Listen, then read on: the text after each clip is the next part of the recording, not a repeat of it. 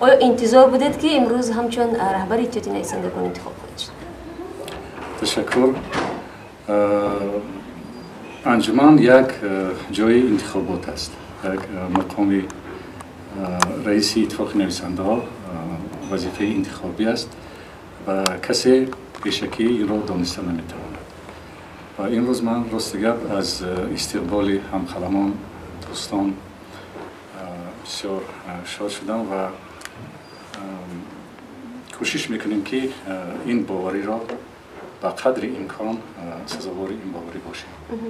خب تو جای مثلا هم منقدان گیم از اون تنقید میکنند که اون نقشی که میگم اتحاد نویسندگان سالهای شوروی داشت حالا اون نقش ندارد و اون نزدیکی که اون زمان با مردم بود و وضع مردم انعکاس میکرد امروز در اون وضعیت نیست.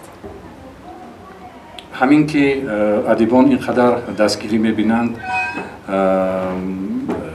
مثلا جشن‌های بسیار با شکوه و جهانی بزرگان ادبیات ما دایر شدند محض در دوره استقلالیت.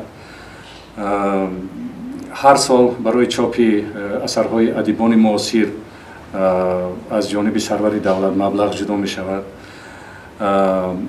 50 جلده اختران ادب که در آن بهترین دردانه‌های ادبیات کلاسیکی تاجیک گرد می آیند تقریبا نیم شده است و این کار انجام می‌یابد. لیکن دولت در عین حال نمی‌تواند تمام مشکل‌های ما را حل کند. اون رابطه‌ای که پیشتر با مردم داشتیم، اون رابطه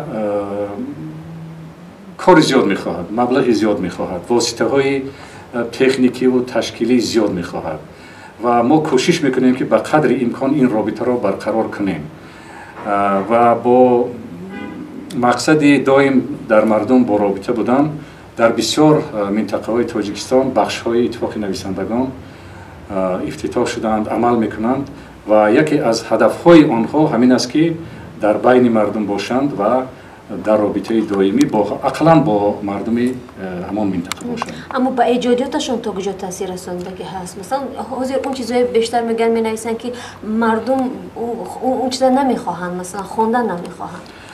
البته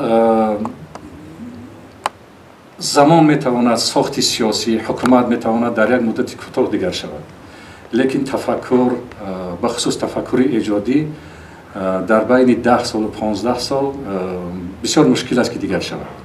برای همین هم حاضر ما در روند دیگرگونی همین کارهای ذهنی اتفاق نویسنده ها هستیم و من گمان میکنم که روند آموزشی زمان نو ادامه دارد از جانب ادیبان و در این زمینه اثرهای خواندنی علاقه پیدا شده است.